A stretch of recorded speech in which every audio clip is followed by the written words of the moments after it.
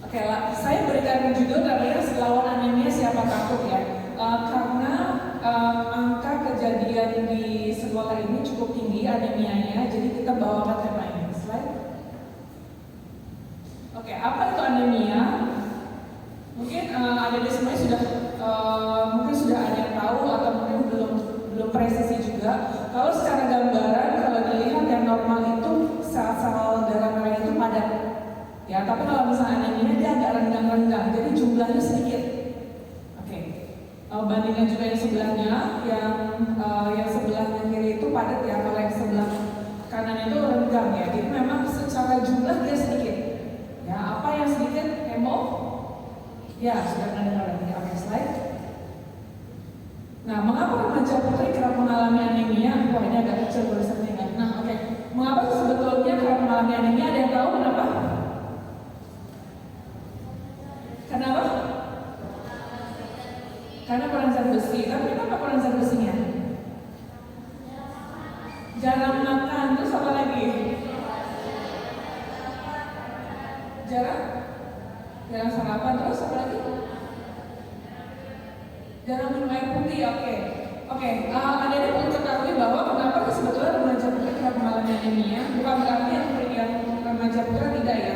Remaja putra juga memang ada kejadiannya anemia, tetapi memang tidak sebesar dalam remaja putri. Nah, adik-adik semua ini sedang dalam masa pertumbuhan, ya. Sampai kalian 18 tahun itu adalah masa pertumbuhan yang tidak akan pulang lagi ketika 18 tahun ke atas. Jadi ini adalah masa-masa di mana sebetulnya adik-adik membutuhkan zat gizi yang begitu banyak tapi berkualitas supaya mendukung tumbuh kembang. Karena nanti ada episode adik-adik semua tidak akan berkembang atau bertumbuh, jadi fasenya akan berhenti.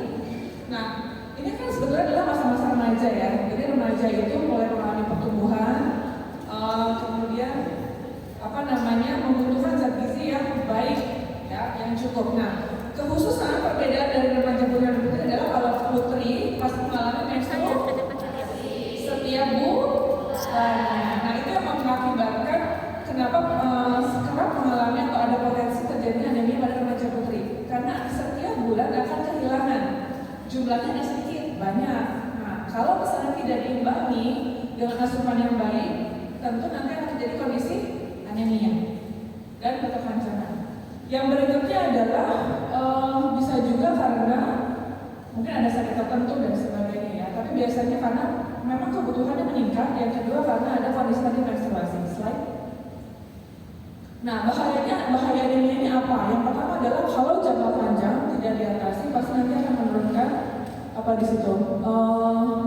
Nanti akan kalau misalnya wanita itu kan memang dikaruniakan suatu peran untuk melahirkan. Jadi nanti kalau jangka panjang nggak tahu kalau dirinya anemia, pada kutip menyepelekan, nanti yang berakibat adalah kepada anaknya. Itu terjadi di saya mungkin waktu anak pertama ya. Jadi pengetahuan tuh belum banyak, kebiasaan mungkin belum berubah gitu ya. Jadi memang waktu itu gagal. Nah, yang berikutnya mulai tahu nih kenapa. Ternyata mulai diperbaiki dan ternyata tujuannya berhasil. Nah, kemudian yang kedua, pertumbuhannya jadi nggak optimal. Ingat bahwa teman-teman adalah pada masa fase bertumbuh dan berkembang sampai 18 tahun. Jadi kalau misalnya anemia tidak diatasi, nanti bisa stunting. Gitu. Ya memang walaupun mungkin potensi untuk stunting agak lebih sedikit ya dibandingkan dengan balita, tetapi tetap masih ada kondisi seperti itu. Pernah dengar stunting? Pernah. Ya minimal sekarang juga sih. Gitu ya.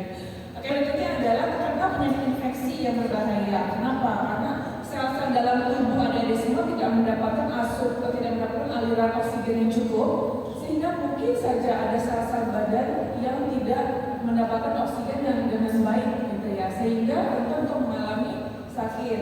Coba mungkin siapa yang sering sakit? Siapa yang sering mengalami sakit di sini? Sedikit-sedikit sakit. Mencoba mainnya ya. Yang mungkin bisa dikoreksi ya, memang banyak faktornya, tapi salah satunya mungkin adalah anemia. Yang berikutnya adalah kecerdasan berkurang. Mungkin ada yang suka mengalami, kok kalau belajar susah konsentrasi, kok pagi-pagi kalau misalnya lagi belajar nih ketemu guru ngantuk mual. Nah, siapa tuh? Ngantuk mual.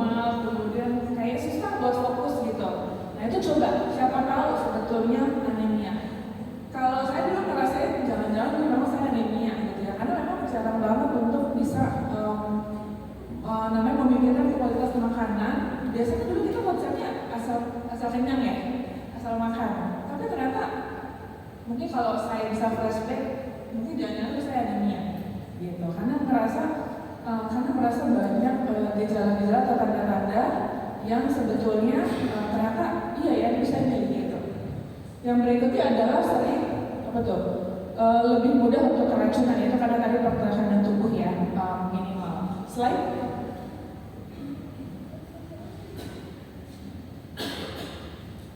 Nah, misalnya kalau kalian mau melihat apakah kita anemia atau tidak, siapa yang sering letih? Ada yang sering merasa letih? Cepat letih? Di olahraga ya. Siapa yang sering merasa lemah? Oh, ada juga. Oh, sering ya merasa lemah gitu. Oke, kemudian mungkin ada yang merasa kulitnya pucat atau kuning. Bukan putih ya, maksudnya bukan kulit putih ya, tapi pucat. Biasanya tuh dilihat bawah mata sih. Kalau nggak di ujung kuku. Jadi kalau misalnya ujung kukunya itu nggak merah, itu kemungkinan dia anemia. Jadi suplai oksigennya nggak nyampe ke ujung sel. Gitu. Kemudian ya misalnya denyut jantung tidak teratur, kemudian bengkak dada, sesak nafas dan sebagainya, itu tanda-tanda kalau anemianya sangat berat. Ya, yang sebetulnya anemia itu kadang bisa juga tidak ada gejala. Ya, sayangnya itu. Jadi gejala misalnya lemah, letih, lesu, lunglai itu seperti dianggap normal. Padahal misalnya kalau kita kurang tidur kan juga seperti itu ya. Gejalanya sama. Jadi karena gejalanya sama, suka nggak dianggap atau suka dilalaikan. Nah itu bahayanya sebetulnya. Slide. Nah ini ya. Jadi kalau misalnya pernah dengar anemia itu tandanya 5L, bukan lo lagi ya. Itu L. Tapi ini lemah, lalai, letih, lesu, dan lunglai ya. Jadi itu gejala yang umum yang mungkin hampir sama dengan gejala kalau misalnya kita kurang tidur atau misalnya begadang atau misalnya sakit yang lain ya. Jadi karena gejalanya sama, jadinya suka kabur. Jadi benar-benar anemia atau enggak. Slide. Nah faktanya kalau misalnya kita bicara fakta, itu ada data namanya Riset Kesehatan Dasar Nasional tahun 2018, itu dikatakan sebetulnya anemia remaja itu ada 32%. Itu angka yang besar ya, itu tahun 2018. Nah nanti yang mundur 2001 aja itu sudah memang 30%. Nah disitu menariknya adalah rata-rata mengonsumsi zat besi itu 5,4 gram, 5,4 miligram. Zat besi, rekomendasinya berapa? 20, jadi 5,4 ke 20 itu jauh banget ya. Jadi rata-rata pada konsumsi itu hanya 5,4 mg per hari, padahal harusnya sehari 20 mg. Jauh banget, jauh kurang gitu ya. Itu kenapa sebabnya banyak sekali kejadian anemia pada remaja. Slide. Nah fakta lainnya adalah 30% lebih remaja putri di Indonesia alami anemia. Ini tahun 2024 ya. 30% remaja putri di Indonesia alami anemia. Nah, apakah ADHD masuk ke dalam bagiannya? Kita nggak tahu. Tapi sebenarnya banyak data ada. 30% itu besar ya. Slide. Nah, pernah lagi viral nih. Lagi viral. Pernah baca nggak di IG? Kalau itu biasanya tahu kalau baca kan. Udah baca ya? Udah baca belum?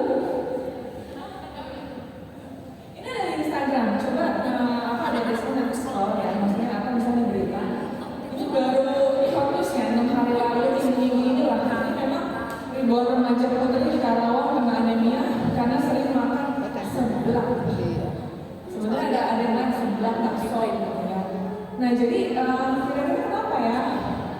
Nah terus dikatakan juga di berita itu Dinas Kesehatan Karawang 2024 melakukan screening.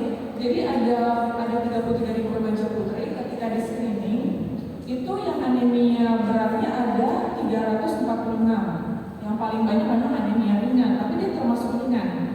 Gitu. Maksudnya ringan tapi tetap anemia. Tapi intinya adalah ada ribuan remaja di Karawang 2024 loh, baru nih viral karena makan seblak. Siapa suka makan seblak? Sukanya berapa kali seminggu? Atau tiap hari? Tiap hari ya? Ibu-ibu ya. Sekarang sebelah pakai slide. Oke, bagaimana sebetulnya cara mengatasi anemia? Slide. Yang pertama, tablet tambah darah. Menurut semua dapat ya, tablet tambah darah ya. Pertama yang putih ya. Oke, dikonsumsi. Berapa? Dikonsumsi ya. Ya dikonsumsi ya, karena itu tanda kutip kayak hadiah lah buat adik-adik semuanya ya, untuk menolong. Ya, slide. Kemudian konsumsi makanan sehat bergizi dan zat besi. Jadi makan bukan asal kenyang, ya. Makan awal selalu pikir apakah makanan saya makan adalah sehat? Apakah makanan saya adalah bergizi? Apakah makanan saya makan tinggi zat besi untuk mendukung tidak ada anemia? Slide. Nah, berapa banyak kebutuhan ini sudah ya? 20 mg per hari. Slide. Nah, makanan apa sih sebetulnya yang bisa kita konsumsi? Nah, kalau bisa dilihat bagaimana mencegahnya. Satu, mengonsumsi misalnya golongan legumes ya. Legumes itu misalnya kacang-kacangan, kacang merah, kacang kedelai, kacang apa lagi? Kacang hijau, itu bisa ya. Kemudian yang kedua adalah daging. Siapa suka makan daging di sini? Oke. Suka. Satu suka, kedua sering atau tidak? Sering ya. Dagingnya warna apa? Dagingnya apa biasanya? Daging ayam terus?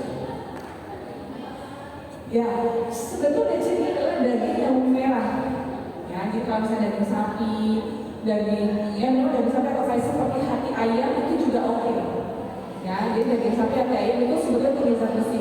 Yang lainnya boleh nggak? Boleh, tapi memang kandungannya tidak setinggi hati ayam atau daging sapi misalnya seperti itu ya. Siapa yang suka makanan laut seperti seafood, kerang? Nah itu juga tinggi zat besi, itu oke. Ya. Kemudian telur juga oke, walau dia tidak setinggi ya, tapi jenis zat besi telur itu beda dengan daging-dagingan. Ya.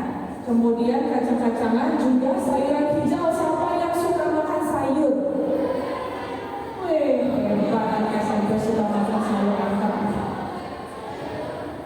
Tiap hari? Tiap makan ada sayur? Ya, keren. Bawa dari rumah? Oh, mantap. Nah, terkhusus dari semua golongan sayur boleh sebetulnya, tapi terkhusus yang punya zat besi adalah yang warna hijau, yang merah juga ada. Tapi kalau misalnya habis makan sayur, meskipun dia tidak tinggi zat besi, tapi kualitas lemak tidak sebaik dengan yang produk hewani. Maka konsumsilah vitamin C atau buah setelah makan. Ya. Nah, kemudian apa yang bisa membantu kita untuk membantu penyerapannya? Yang pertama adalah sesuatu makanan atau buah yang sifatnya asam. Yang sifatnya asam apa? Biasanya dia mengandung sitrat, yaitu vitamin C. Vitamin C itu dari buah-buahnya warna kuning atau orange gitu ya, jeruk, kiwi, jambu dan sebagainya. Nah, jadi memang nggak semua buah, tapi ada beberapa khusus yang bisa dilakukan. Kemudian hindari minum kopi dan juga teh. Siapa yang setiap makan minum kopi? Minum teh. Nah, ada lagi kak yang tiap habis makan minum teh. Nah, itu nanti harus mulai diubah, terutama kalau ternyata memang menunjukkan hasil dari tes hemoglobinnya itu, tes KB itu kurang dari 12 ya, karena teh dan kopi itu menghambat penyerapan zat besi dalam makanan teman-teman gitu ya. Jadi itu harus suatu kebiasaan yang harus diubah. Slide. Nah, ini golongan-golongannya ya. Jadi ini ada zat besi hem dan non-hem. Hem itu adalah zat besi yang mudah untuk diserap oleh tubuh. Biasanya dia adalah zat besi yang berasal dari hewani, daging, kemudian tadi apa? Daging, seafood, kemudian daging-dagingan seafood, kemudian apalagi hati ayam dan sebagainya, yang produk hewan. Nah, yang nabati adalah non-hem. Dia sayur, buah, kacang-kacangan. Lalu bedanya apa? Beda penyerapan. Kalau yang non-hem, teman-teman harus bantu dengan konsumsi vitamin C supaya supaya penyerapan itu sangat baik, sempurna. Gitu. Karena kalau enggak, nanti penyerapan tidak sempurna. Gitu. Ada slide. Ya, ini sebetulnya makanan zat besi tadi sudah juga. Nah, kalau misalnya kita lihat naik angka, yang tertinggi adalah daging ya, 23,8. Yang kedua adalah sereal. Tapi sereal itu bukan sembarang sereal. Serealnya teman-teman nanti coba cari ya tulisannya difortifikasi zat besi. Jadi kalau misalnya sekarang oleh jajan, kayak Indomaret, Alfamart atau Pulsbaria, baca labelnya, baca kemasannya. Tuh dilihat, bukan hanya mie instan yang dilihat ya. Kalau misalnya melihatnya ini ada tambahan vitamin A, zat besi dan sebagainya. Tapi kan dia punya banyak garam dan bumbu yang kurang baik. Kalau misalnya teman-teman nanti mau beli sereal, baca apakah ada fortifikasi zat besi, apakah ada tulisan tambahan zat besi di dalamnya. Kalau ada silakan. Nah kemudian yang kedua ada juga tuh kacang-kacangan juga tadi ya, slide. Nah ini juga sama tadi ya, slide. Nah ini 11 makanan ada sayur-sayuran, misalnya banyak kerang, hati, jeroan boleh ya. Nanti kita variasikan saja. Kemudian daging, ikan, coklat hitam, telur dan sebagainya. Slide. Nah makanan apa yang harus dihindari? Yang pertama adalah makanan-makanan yang tinggi tanin, kemudian asam fitnah, oksalat. Kalau teman-teman misalnya nanti mengonsumsi tadi ya, habis makan minum teh dan kopi, itu memang tidak baik kalau misalnya ada kondisi anemia, karena dia mengandung zat seperti ini, ada tanin, ada vitamin juga. Nah itu hambat, jadi percuma makannya, jadi kualitas makannya berkurang. Gitu. Jadi sebaiknya air putih atau jus buah silahkan kalau habis makan. Gitu ya, minimal air putih. Kalau misalnya mau minum teh di waktu selingan aja, atau mungkin kalau kondisinya lagi anemia dihindari dulu. Gitu ya. Slide. Nah beberapa hal yang harus diingat adalah meningkatkan pengetahuan kepedulian. Jadi kalau ini sudah paparan beberapa kali, semoga nanti adik-adik ingat terus. Yang kedua, nah siapa yang lagi diet nih? Suka diet? Batas makan A, B, C, D, E? Ya, oke, good. Hati-hati kalau lagi diet, takutnya salah milih, takutnya membatasi makanan tertentu ya sebetulnya itu bergizi tapi sebetulnya dibutuhkan oleh tubuh adik-adik semua. Ya itu hati-hati. Yang berikut adalah ingat bahwa penyerapan zat besi terbaik adalah protein hewani. Jadi kalau makan pastikan ada lauk hewani yang tambahkannya dengan nasi atau telur atau dengan nasi ayam atau dengan daging atau ikan dan sebagainya. Ya. Kemudian lagi ada yang konsumsi obat tertentu, misalnya vitamin tertentu, nggak ada. Oke. Kemudian apa namanya? Nah. Mungkin kalau misalnya tambah darah biasanya sebelum atau setelah makan, nggak ada keluhan. Kalau nggak ada keluhan, boleh kalau misalnya ini habis makan, terus minum tambah darah, ada keluhan jadi mual, jadi misalnya makannya jadi nggak enak gitu ya, boleh diganti waktu perut kosong. Nah itu juga sama aja, ya karena kan kalau perut kosong ada zat asam di lambung, dia bantu untuk menyerapkan tambah darah. Slide.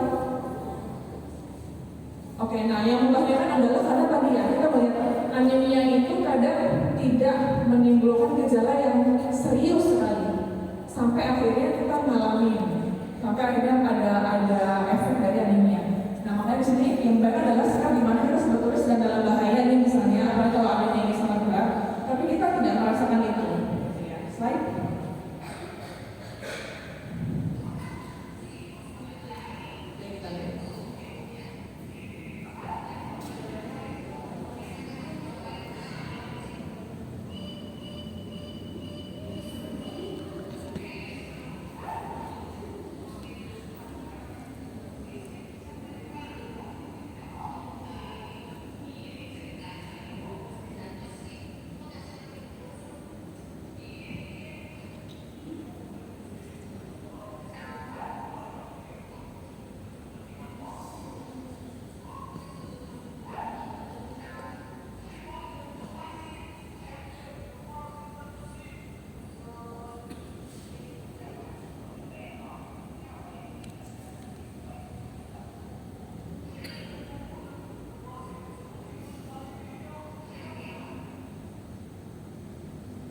Oke, ada yang bisa dari siapa? Kenapa? Boleh coba. Main depan bisa mendengar.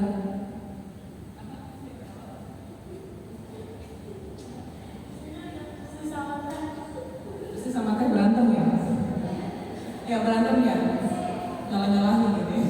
Ada lagi nggak? Ada yang mungkin kelihatan videonya tentang apa? Kenapa?